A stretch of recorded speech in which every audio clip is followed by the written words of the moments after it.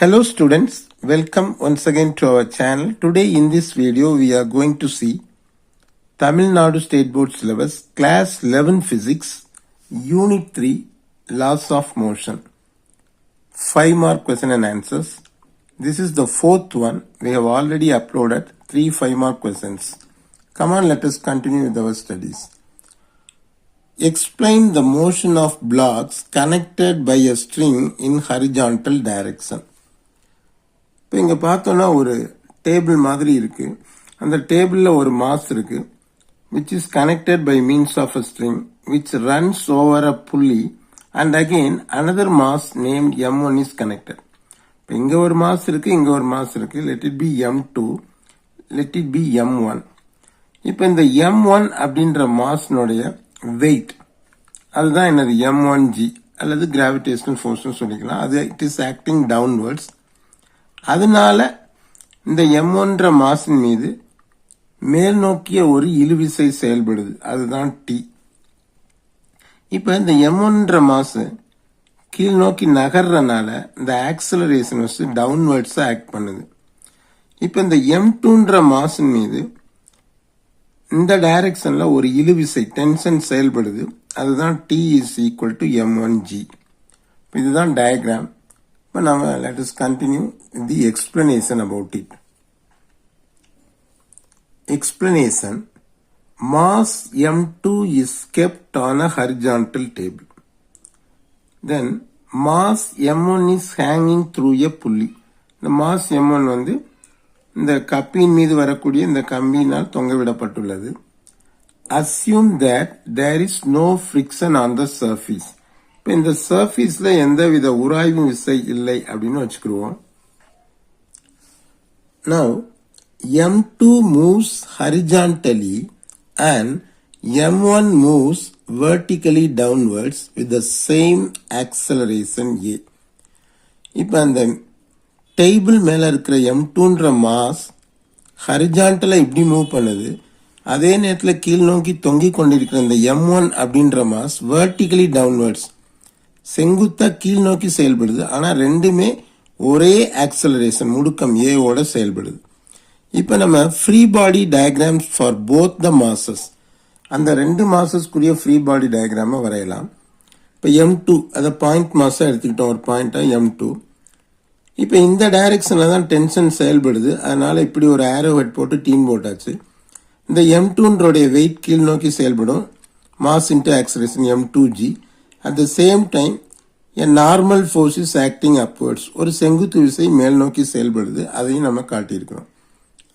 அடுத்து M1 அப்படின்ற mask நம்ம ஃப்ரீ பாடி டயக்ராம் எப்படி வரையலாம்னா, இந்த M1 மாஸோடைய weight acting downwards, that is M1G. Again a normal force is acting upwards, that is capital T. இந்த மாதிரி M1க்கும் நம்ம ஃப்ரீ பாடி டயக்ராம் வரைஞ்சாச்சு. இங்க இருக்கிறது வந்து இது அந்த கோஆர்டினேட் சிஸ்டத்தை குறிக்குது.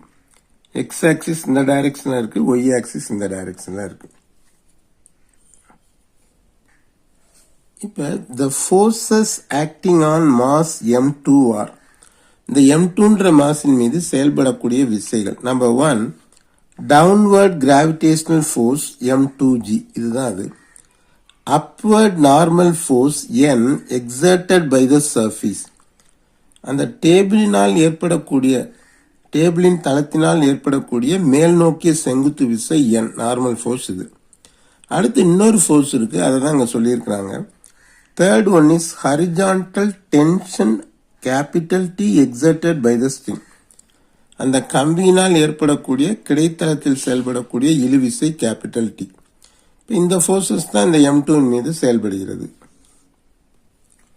Now the forces acting on mass M1 are, number 1, downward gravitational force, that is M1G.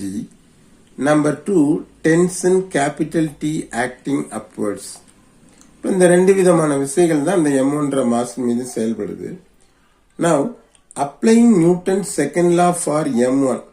இப்போ இந்த M1 அப்படின்ற மாஸ்க்கு நம்ம வந்து நியூட்டன் செகண்ட் லா அப்ளை பண்ணோம்னா, நியூட்டன் செகண்ட் லா என்னது, F vector is equal to ma vector. இப்போ என்னென்ன ஃபோர்ஸ் செயல்பட்டுச்சுன்னு பார்த்தோம். T என்ற டென்ஷன் அப்வர்ட்ஸ், m1gன்ற கிராவிடேஷனல் ஃபோர்ஸ் டவுன்வர்ட்ஸ்.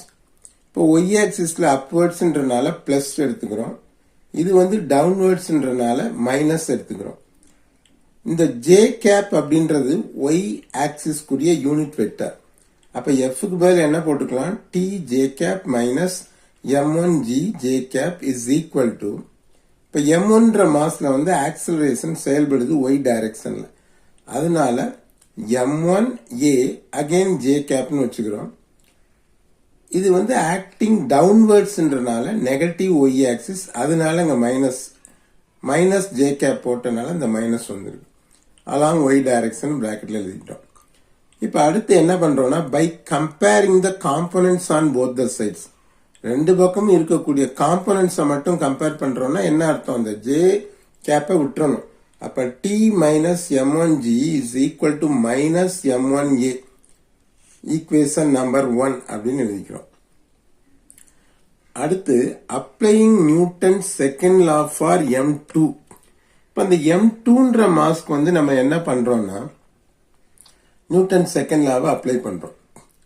ஆனா இந்த m2ன்ற மாஸை பொறுத்தளவுல அதுக்கு வந்து எக்ஸ் டைரக்ஷன்லையும் கண்டுபிடிக்கணும், ஒய் டைரக்ஷன்லையும் கண்டுபிடிக்கணும். இப்ப நம்ம வந்து அலாங் எக்ஸ் டைரக்ஷன் தான் கண்டுபிடிக்க போறோம். அப்ப எக்ஸ் டைரக்ஷன்ல டி அப்படின்ற ஒரு டென்ஷன் மட்டும்தான் செயல்படுது, ஃபோர்ஸ். அப்ப ஃபோர்ஸ் இருக்கிற இடத்துல டி மட்டும் எழுதிக்கிறோம். இந்த பக்கம் ஆக்சலரேஷன் இருக்கிற இடத்துல m2a போட்டுக்கிறோம்.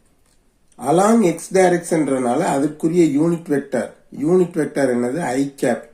அப்ப T I cap is equal to m2a I cap அப்படின்னு எழுதிக்கிறோம். இது அலாங் எக்ஸ் டைரக்ஷன். இப்ப by comparing the components on both the sides, அதே மாதிரி இங்கேயும் அந்த யூனிட் வெக்டர்ஸை விட்டுட்டு எழுதிடணும். T is equal to m2a, let it be equation number 2. இப்ப அடுத்து பார்த்தோம்னா ஒய் டைரக்ஷனை பொறுத்தளவுல m2ல எந்தவித ஆக்சலரேஷன் கிடையாது. ஏன்னா அந்த m2ன்ற மாஸ் ஹரிஜான்டலா இப்படிதான் மூவ் ஆச்சு. இப்படி ஒய் டைரக்ஷன்ல எந்தவித மூவ்மெண்ட் இல்லாதனால அங்க ஆக்சலரேஷன் இருக்காது. அப்ப applying Newton second law for m2 along Y direction. அப்ப ஒய் டைரக்ஷன்ல எடுத்துக்கிட்டோம்னு சொன்னா இங்க வந்து ஆக்சலரேஷனே கிடையாது. அப்ப ஃபோர்ஸஸ் என்ன அப்படின்னு பாக்குறோம்.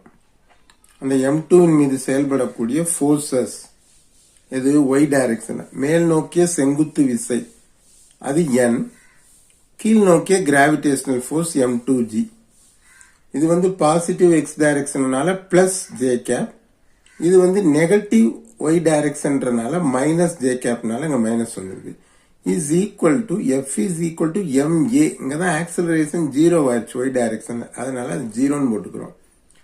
இப்ப அடுத்த ஸ்டெப்ல by comparing the components on both the sides, இங்கேயும் ரெண்டு பக்கமும் உள்ள காம்போனன்ட்ஸை மட்டும் நம்ம கம்பேர் பண்ணோம்னா அந்த யூனிட் வெக்டரை விட்டுட்டு எழுதிக்கலாம். அப்ப n minus m2g is equal to 0 அப்படின்னு நமக்கு கிடைக்கும். இப்ப therefore n is equal to, இந்த மைனஸ் m2g இந்த பக்கம் வந்துச்சுன்னா பிளஸ் m2g ஆயிரும். therefore n is equal to m2g, let it be equation number 3. இப்ப அடுத்து என்ன பண்றாங்கன்னா சப்ஸ்டிடியூட் 2 in 1, ஈக்குவேஷன் 2 எடுத்து 1ல சப்ஸ்டிடியூட் பண்றாங்க. அப்ப என்ன ஆகுது? ஈக்குவேஷன் 1 வந்து என்ன அப்படின்னு பார்த்தோம்னா t minus m1g is equal to minus m1a. இப்ப ஈக்குவேஷன் 2ல t is equal to m2a நம்ம கிடைச்சனால tக்கு பதில் m2a போட்டுக்கிறோம். அப்ப m2a minus m1g is equal to minus m1a கிடைக்குது. அடுத்த ஸ்டெப்ல இந்த m2a அதை அப்படியே வச்சுக்கிட்டு இந்த பக்கம் இருக்கிற மைனஸ் m1a இந்த பக்கம் வந்தா பிளஸ் ஆயிருது, மைனஸ் m1g இந்த பக்கம் வந்தோன்னா பிளஸ் ஆயிருது. அப்ப இந்த மாதிரி ஒரு ஈக்குவேஷன் கிடைக்குது. இது ரெண்டுலயுமே a காமனா இருக்கிறதுனால m2 plus m1 into a is equal to m1g. இப்ப நெக்ஸ்ட் ஸ்டெப்ல a அப்படியே வச்சுக்கிறோம், is equal to m1g divided by இந்த m2 பிளஸ் m1 கீழே கொண்டு வரோம். அதை வரிசைப்படுத்தி எழுதிக்கிறோம் m1 பிளஸ் m2. அப்ப a is equal to m1 by m1 plus m2 into g. ஆக்சிலரேஷனுக்கு நமக்கு ஒரு ஈக்குவேஷன் கிடைச்சிருச்சு. Let it be equation number 4. Now substitute equation 4 in equation 2. இப்ப ஈக்குவேஷன் 2 எப்படி இருக்குன்னா T is equal to M2 into A இருந்துச்சு. நம்ம Aக்கு ஒரு ஈக்குவேஷன் கண்டுபிடிச்சனால இந்த Aக்கு பதில் சப்ஸ்டியூட் பண்றோம். M1 by M2 plus M1 by M1 plus M2 into G. அப்ப அடுத்த ஸ்டெப்ல T is equal to வரிசைப்படுத்தி எழுதுறோம். M1 M2 by M1 plus M2 into G. இப்ப டென்ஷனுக்கு ஒரு ஈக்குவேஷன் கண்டுபிடிச்சாச்சு. So with this derivation has come to n. அந்த answer வந்து இதோட முடிவடையுது. ஆனா அடுத்து நம்ம வந்து நோட் கொடுத்துருக்கோம். இது வந்து ஒன் வேர்டுக்கு யூஸ் ஆகும். அதனால இதையும் நீங்க வந்து லேர்ன் பண்ணிக்கங்க. Note TV is equal to 2M1 M2 by M1 plus M2 into G. இப்ப Tனா டென்ஷன், Vனா என்ன? டென்ஷன் இந்த வெர்டிக்கல் டைரக்ஷனுக்கு இதான் எக்ஸ்பிரஷன். அதே நேரத்தில் TH என்ன? டென்ஷன் இந்த horizontal டைரக்ஷனுக்கு M1 M2 by M1 plus M2 into G. இப்போ ரெண்டுக்கும் என்ன டிஃபரன்ஸ் பார்த்தோம்னா இங்க 2 இருக்கு, இங்க 2 இல்லை. அதனால நம்ம என்ன பண்றோம்னா இந்த TVக்குரிய எக்ஸ்பிரஷனை அப்படியே எழுதிக்கிறோம். எப்படி எழுதுறோம்னா TV is equal to இந்த 2 வெளியில எடுத்துட்டு M1 M2 by M1 plus M2 into G எழுதிக்கிறோம். அடுத்த ஸ்டெப்ல இந்த M1 M2 by M1 plus M2 into G வந்து எதுக்கு ஈக்குவலா இருக்கு? THக்கு. அப்ப இந்த எக்ஸ்பிரஷனுக்கு பதிலுங்க என்ன போட்டுக்கிறோம்? THன்னு போட்டுக்கிறோம். இப்ப இதுல இருந்து என்ன தெரியுதுன்னா வெர்டிக்கல் டைரக்ஷன்ல உள்ள டென்ஷன் வந்து ஹரிஜான்டல் டைரக்ஷன்ல இருக்கக்கூடிய டென்ஷனை போல் 2 மடங்கு ட்வைஸ் இருக்குன்றது நமக்கு தெரியுது. இதே இது அடுத்த ஸ்டெப்ல TH அப்படியே வச்சுக்கிட்டு இந்த 2 இந்த பக்கம் வந்துச்சுன்னா டிவைடட் ஆயிரும். அப்ப TH is equal to TV by 2. அப்ப இதுல இருந்து என்ன தெரியுது? ஹரிஜான்டல் டைரக்ஷன்ல இருக்கக்கூடிய டென்ஷன் வந்து வெர்டிக்கல் டைரக்ஷன்ல இருக்கக்கூடிய டென்ஷன்ல பாதி தான் இருக்கு அப்படின்றது தெரியுது. இப்ப therefore tension in the string for vertical motion is twice the tension in the string for horizontal motion அப்படின்னு எழுதலாம். ஆர் அல்லது tension in the string for horizontal motion is half of the tension in the string for vertical motion அப்படின்னு சொல்லலாம். இப்போ இது எதுக்கு கொடுத்துருக்கோம்னா one வேர்ட்ல use ஆகும். For same set of masses and strings. இப்ப இதுல இருந்து நமக்கு அப்ளிகேஷன் என்ன பயன்பாடு கிடைக்குது அப்படின்னு பார்த்தோம். Application. The ropes used in conveyor belts horizontal motion work for longer duration than those used in cranes and lifts vertical motion. அதாவது என்னன்னா இப்ப நம்ம மேல பார்த்த ஈக்குவேஷன்ல இருந்து எந்த மோஷனுக்குரிய டென்ஷன் அதிகமா இருக்கு அப்படின்னு பார்த்தோம்னா வெர்டிக்கல் மோஷன்ல தான் டென்ஷன் அந்த கம்பியினுடைய அல்லது பெல்ட்டோடைய அல்லது எதா இருந்தாலும் அதோடைய டென்ஷன் வந்து அதிகமா இருக்கு. இதுல வெர்டிக்கல் மோஷன் செங்குத்து இயக்கத்துல. ஆனா கிடைத்தல இயக்கத்துல வந்து குறைவாதான் இருக்கு. அப்ப கிடைத்தல இயக்கத்துல எங்கெல்லாம் நம்ம அந்த பெல்ட்ஸ் இந்த ஸ்ட்ரிங் எதெல்லாம் பயன்படுத்துறோமோ அது ரொம்ப நாளைக்கு உழைக்கும். ஆனா வெர்டிக்கல் டைரக்ஷன்ல யூஸ் பண்ற கம்பியோ அல்லது பெல்ட்ஸோ சீக்கிரம் என்ன செஞ்சிடும்? டேமேஜ் ஆயிரும். இதுதான் இதனுடைய பொருள். அததான் இங்க சொல்றாங்க. இப்ப கன்வேயர் பெல்ட்ஸ் அப்படின்னா என்ன? இப்ப இந்த ரைஸ் மில்ல எல்லாம் வந்து அந்த ரைஸ் மில்ல ஓட்டுறதுக்கு பெல்ட்ஸ் யூஸ் பண்ணுவாங்க. அது வந்து கிடைத்தளத்துல யூஸ் ஆகுது. இப்ப அது ரொம்ப நாளைக்கு என்ன செய்யும்? அது டேமேஜ் ஆகாம இருக்கும். ஏன்னா அதுல வந்து அந்த டென்ஷன் கம்மி. ஆனா அதே நேரத்துல கிரெயின்ஸ் அண்ட் லிப்ட்ஸ், இப்ப லிப்ட்ல எல்லாம் நம்ம போயிருக்கிறோம். கிரெயின்ஸை வச்சு பெரிய பெரிய பொருள்களை அப்படியே செங்குத்தா தூக்குவாங்க. அப்ப அங்க வந்து இழுவிசை டென்ஷன் அதிகமா இருக்கிறதுனால அங்கு பயன்படுத்தக்கூடிய கம்பிகளோ பெல்ஸோ சீக்கிரம் என்ன ஆயிரும்? டேமேஜ் ஆயிரும். இதுதான் இதனுடைய அர்த்தம். So with this video has come to an end. Let us continue our studies in the next video.